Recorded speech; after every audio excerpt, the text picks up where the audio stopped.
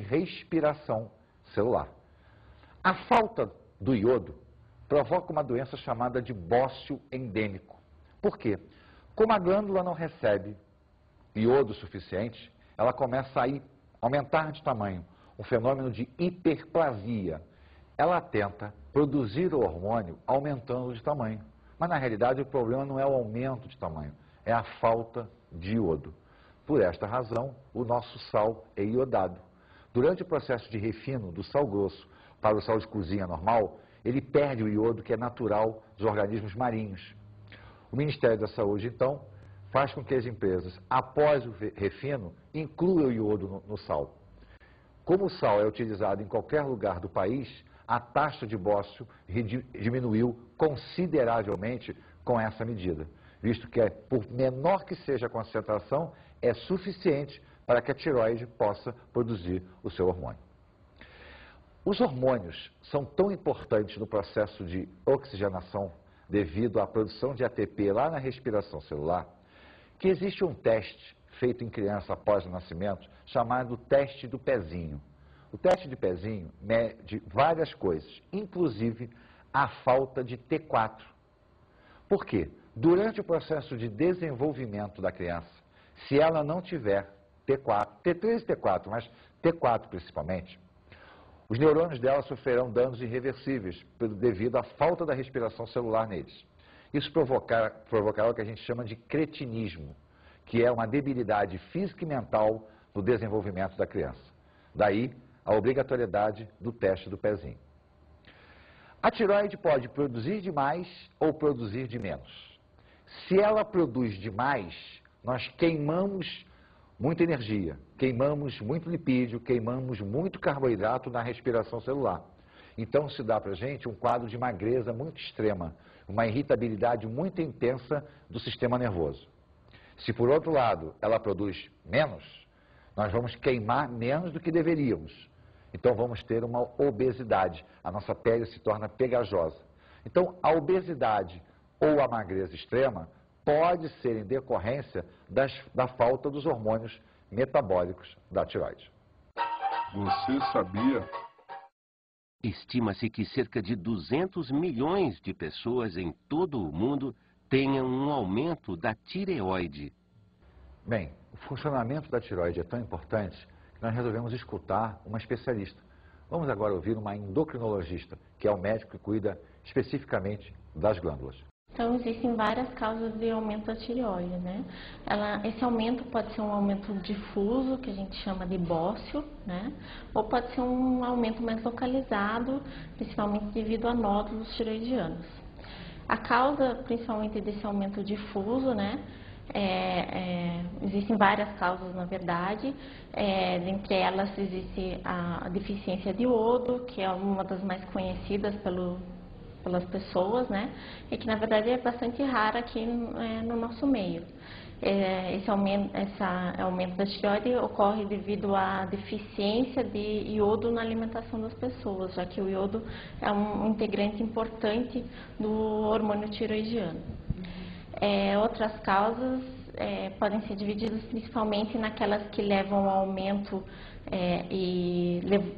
devido a um hipertireoidismo ou um aumento devido a um hipotireoidismo, né? Então, no hipertireoidismo ocorre proliferação anormal das células, levando a uma produção maior de hormônio tireoidiano, né? E também existe um aumento devido à deficiência desse hormônio. É como se a tireoide aumentasse de tamanho para tentar suprir a produção desse hormônio, né? Então leva a um aumento também difuso. E daí tem os nódulos tireoidianos, que podem ser produtores de hormônio ou não, né? São os nódulos quentes, que a gente chama, que eles produzem bastante hormônio, ou um nódulo frio, que não há produção de hormônio. Então vocês viram que a endocrinologista deu uma atenção grande ao funcionamento da tireoide e, obviamente, determinadas disfunções acabam promovendo o aparecimento de nódulos, que podem ser benignos ou malignos, dependendo da causa estrutural desses nódulos. Vamos falar agora de 4 glândulazinhas situadas na região posterior da tireoide. Essas glândulas são chamadas de paratireoides ou paratireoides. Elas estão situadas por trás da tireoide e elas funcionam em conjunto com a nossa amiga tireoide. Na realidade, a tireoide, além de produzir T3 e T4, a tireoide produz um outro hormônio chamado de calcitonina, enquanto as paratireoides produzem um hormônio chamado de paratormônio. O funcionamento do paratormônio e da calcitonina tem a única exclusividade de manter o nível de cálcio na corrente sanguínea. Então vamos atentar aqui para o controle, esse autocontrole que também é um feedback. Observemos. Quando a taxa de cálcio no sangue sobe, a tireoide libera a calcitonina. Qual é a finalidade deste hormônio? É fazer com que o cálcio seja depositado nos ossos. Então, se a taxa sobe, o hormônio vai interagir e vai fazer com que esse cálcio se deposite na estrutura óssea. Por outro lado, se a taxa de cálcio despenca, cai na corrente sanguínea, entra em ação os paratormônios. Eles vão fazer com que o cálcio seja liberado do osso para o sangue, elevando a taxa. Então, a calcitonina incorpora cálcio ao osso, o paratormônio libera cálcio do osso. É importante salientar que nós sempre falamos do cálcio, damos uma atenção muito grande para ele, mas o cálcio leva a reboque o fósforo. Na realidade, o osso armazena cálcio e fósforo, que serão influenciadas pela ação da calcitonina e do paratormônio. Quem já não escutou falar da chamada osteoporose? Uma doença que é muito comum em mulheres quando para a fabricação de estrogênio. O estrogênio é muito importante no metabolismo geral da mulher. Quando ele para de funcionar, pela menopausa, a mulher começa a ter uma perda muito intensa de cálcio pela urina. Ele não é mais reabsorvido lá no tubo contornado. Como ela está perdendo cálcio pela urina, a taxa no sangue se mantém muito baixa, ativa a ação do paratormônio. Ele começa então a retirar cálcio do osso, tornando o osso poroso. Esse processo é uma perda de mineral, porque na realidade o cálcio está saindo daqui e está chegando até a estrutura sanguínea, né, o tecido sanguíneo. Essa fragilidade óssea não é uma exclusividade da mulher. O homem também sofre de osteoporose. Então a osteoporose é uma doença de ambos os sexos. O que acontece na mulher é uma incidência maior pela falta de estrogênio. Então o funcionamento da paratireoide depende da tireoide, visto que há uma compatibilidade entre o paratormônio e a calcitonina e o paratormônio.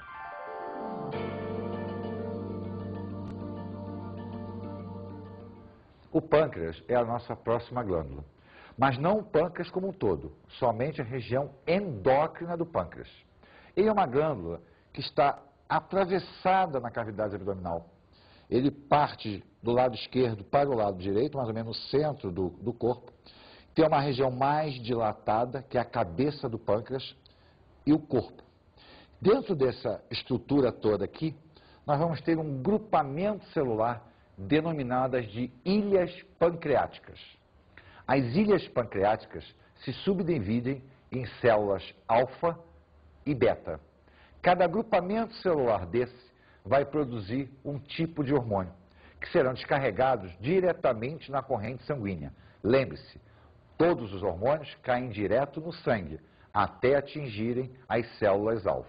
Então, o pâncreas vai produzir hormônio, ele é vascularizado, jogando então os hormônios no sangue. Que hormônios são esses?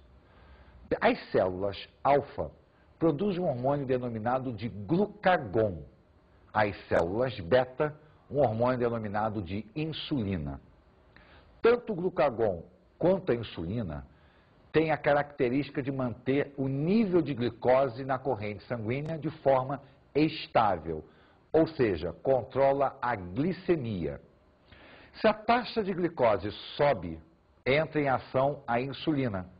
Ela aumenta a permeabilidade da membrana plasmática, a glicose sai do sangue, entra nas células e com isso a taxa diminui. Se por outro lado a taxa de glicose no sangue cai, entra em ação o glucagon. Ele vai fazer com que a glicose seja liberada da célula e colocada na corrente sanguínea. Então a taxa vai subir. Então tanto o glucagon quanto a insulina têm a finalidade de controlar o nível de glicose. Porém, quando isto falha, quando esse nosso amigo aqui tem uma queda na produção, nós vamos ter um quadro muito conhecido, principalmente com a queda da produção de insulina, a chamada diabetes mellitus. Então, ele diminui a produção ou simplesmente para por um problema de ordem genética. O nosso sistema imunológico acaba atacando as células produtoras de insulina e com isso elas são destruídas. Como nós não temos mais como produzir insulina, somos obrigados a injetá-la. Por isso nós somos chamados de insulino dependentes. Essa é a diabetes tipo 1. A outra é aquela que a própria idade faz com que aconteça. Ele fica cansado, já está trabalhando há muito tempo. Então a diminuição considerável do hormônio, não a parada, a diminuição, caracterizando o que a gente chama de diabetes tipo 2. Tanto a 2 quanto a 1, que é a forma mais grave, continua sendo um aumento da quantidade de glicose no sangue. Por quê? Por deficiência na produção de insulina. Isso é a diabetes mellitus. Então, o nosso amigo pâncreas está ligado fundamentalmente ao controle da glicemia.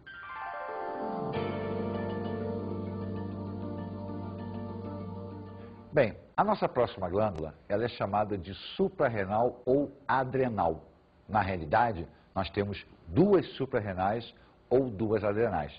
Elas estão situadas sobre os rins. Elas formam uma cabeleira em cima da região superior do rim. E produzem hormônios importantíssimos para o nosso organismo.